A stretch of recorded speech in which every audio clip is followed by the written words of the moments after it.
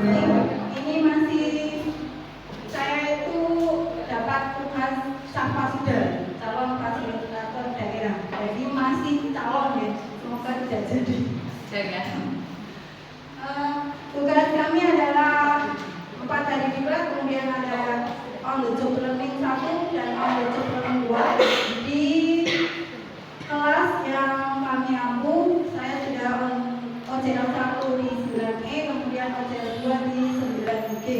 Kemudian yang ketiga adalah penugasan, ini kepada Bapak Ibu semuanya. Jadi mohon maaf mengganggu, minta waktu sebentar untuk kami penugasan. Kenapa saya tidak langsung untuk kemarin? Karena memang di tanggal pengibasan itu ada tanggal 27 sampai 31 Oktober. Jadi saya pilih hari ini karena tidak upacara dan kita ambil jam 8. Terima kasih.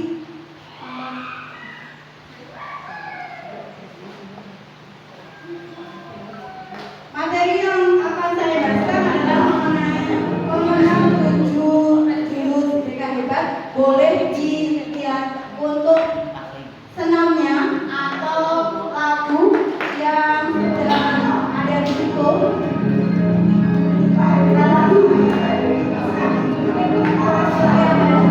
Saya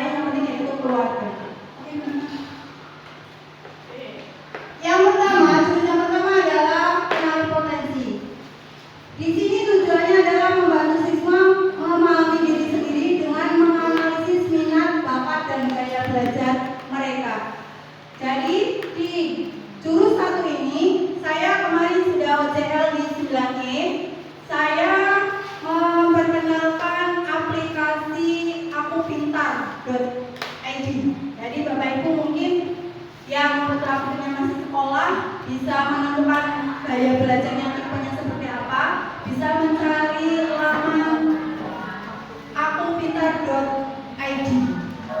Di situ nanti akan ada beberapa pertanyaan yang bisa dipilih oleh anak-anak sesuai dengan dirinya masing-masing, dan di situ akan tertera di akhir aplikasi itu dia ikut di tipe belajar yang mana. Ada tiga tipe, yaitu visual, kemudian auditori, dan kinestetik. Jadi di situ nanti akan ada presentase. Kalau presentase yang paling besar, maka disitulah anak tersebut tipe belajarnya yang bisa disesuaikan dengan gaya belajarnya. Jadi mari di sebelahnya sudah saya praktekkan di akupintar.id tersebut sehingga bisa diterapkan. Contohnya seperti kemarin itu yang saya ingat adalah dari Mas Pradana itu tipenya visual. Jadi di situ ada tata cara belajar tipe visual itu seperti apa. Kemudian auditori dan kinestetik.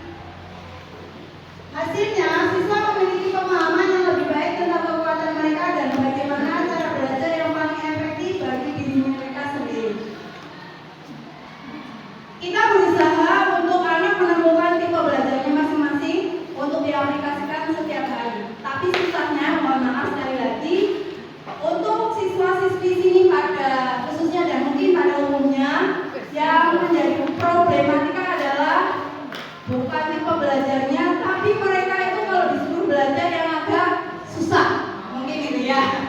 Jadi meskipun kita mengarahkan, oh ya di hasil aku pintar ini kamu visual, dia mengaplikasikan setiap harinya belum bisa karena mungkin belajarnya yang agak susah, dia belum bisa belajar untuk praktek belajarnya yang susah.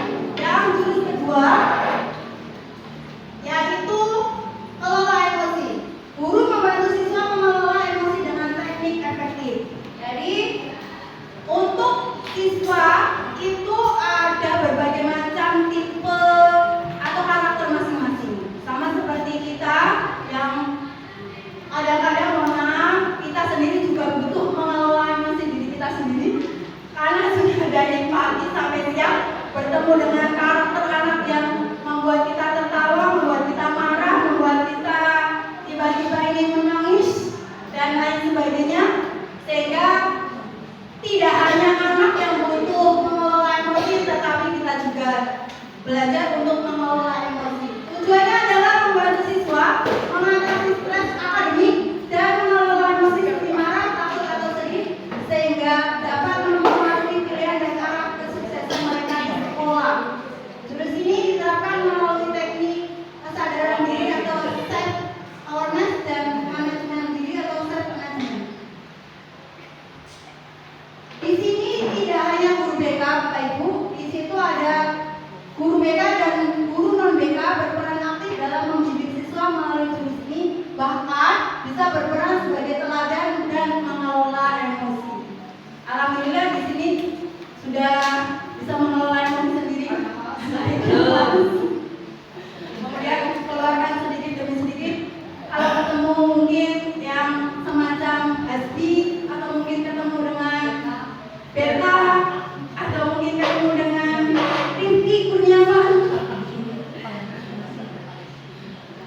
kalau tidak bisa mengelola emosi dengan baik, kitanya juga susah. Yang ketiga, tumbuhkan resiliensi. Ini yang benar-benar mungkin saya ambil di jurus ketiga, karena di OJL kemarin itu saya melihat effortnya anak-anak sini untuk maju itu sangat susah. Mungkin saya sendiri juga seperti itu. Guru mendukung siswa bangkit dari kesulitan. Inilah yang dinamakan resiliensi. Ada pola pikir bertumbuh, yaitu growth mindset, dan ada pola pikir fixed mindset. Saya ingat di kemarin Pak Hadi juga membahasakan ini, ada pola pikir bertumbuh atau growth mindset. Growth mindset adalah keyakinan bahwa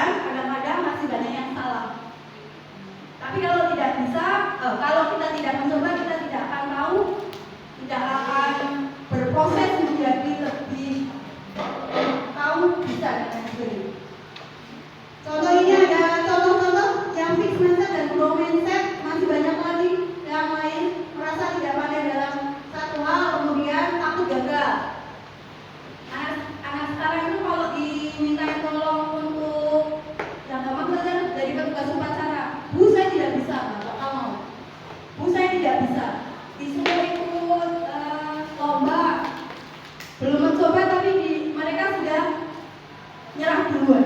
Nah itu yang harus kita perhatikan. Yang keempat adalah jaga konsistensi. Kita membantu ke anak pembentukan kebiasaan positif yang berulang dan konsisten pada siswa melalui praktek mindfulness atau kesadaran. Tujuannya adalah membantu siswa membangun disiplin, tanggung jawab, dan manajemen waktu yang baik serta membimbing mereka untuk mengubah kebiasaan negatif menjadi kebiasaan positif. Alhamdulillah SMP 3 Kendal sudah banyak perubahan. Ini sudah kita sedikit demi sedikit merubah dan ada hasil yang positif untuk menjaga konsistensi. Yang paling gampang mungkin dari aturan sekolah kemarin, mungkin yang pihak belajar nggak boleh pakai plastik, dan sekarang ada kesadaran dari anak meskipun harus disuruh, ditekan dan dipaksa. Mungkin dengan cara seperti itu mereka akan disiplin karena tidak ditekan mereka biasa-biasa saja. Kalau tidak dipaksa mereka tidak mereka gampang kayak seperti itu. Yang kelima adalah berfokus jalin koneksi, berfokus pada pengembangan komunikasi empatik antara guru, konselor di sini adalah guru BK dan siswa. Tadi saya menyampaikan bahwa untuk anak bisa berproses menjadi yang lebih baik, dapat ilmu yang bermanfaat dan lain sebagainya, itu tidak hanya tugas dari satu guru saja, tapi harus ada koneksi yang lain. Jelas kalau di broadcast sama guru itu kita kerjaannya sangat berat nih Bapak Ibu. Jadi ada guru, BK dan siswa. Nanti di jurus ke-6 itu akan ditambah yaitu kolaborasi. Jurus kelima ini bertujuan untuk menciptakan hubungan yang kuat dan efektif melalui keterampilan mendengarkan aktif, membuka percakapan, merespon secara empatik, merefleksikan dan merangkum, memberikan bantuan awal konseling agar konseling dapat menyelesaikan masalah dengan bertanggung jawab. Jurus ke-6, bangun kolaborasi, menekankan pentingnya kerjasama multi pihak, yaitu guru BK, guru mata pelajaran, orang tua dan masyarakat untuk mendukung perkembangan siswa secara holistik.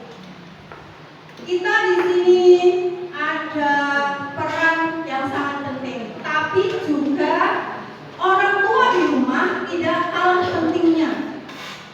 Kita sudah berusaha dari jam 7 sampai setengah 2 untuk mendidik, tidak hanya mengajar, memberikan ilmu, tapi mendidik untuk belajar anak menjadi disiplin, belajar etika dan lain sebagainya. Akan tetapi mohon maaf, jika di rumah tidak didukung oleh keluarga, maka fondasi yang awal itu sudah tidak kuat, di sekolah juga akan susah mendidik anak seperti itu. Jadi kolaborasi yang penting ini bisa membantu perkembangan siswa secara holistik. Tujuan kita memang tidak hanya pintar akademis ya, tetapi dalam hal kepribadian, dalam hal sopan santun dan lain sebagainya. Jadi kolaborasi ini sangatlah penting. Yang ke-7 yaitu menata situasi yang bertujuan untuk menciptakan lingkungan belajar yang aman, nyaman, dan menggembirakan bagi siswa. Ini melibatkan penataan lingkungan fisik dan psikologis sekolah agar mendukung perkembangan optimal melalui simulasi lingkungan nyaman, yaitu identifikasi ancaman, kerentanan, dan kapasitas serta menetapkan konsep 5R. Ada sumber daya, peran, relasi, aturan, dan hasil. Karena di sekolah itu ada yang namanya kerentanan, rentan terhadap pembulian, rentan terhadap pelanggaran tata tertib dan lain sebagainya, sehingga situasi yang nyaman akan membuat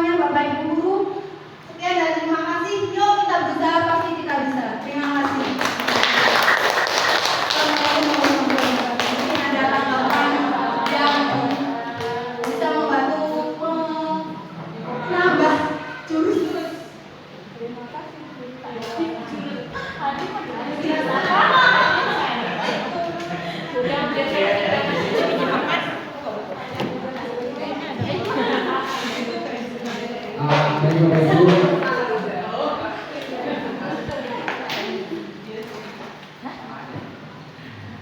Baik Bapak Ibu, kita sudah memaparkan, sudah menjelaskan apa yang didapat tentang 7 jurus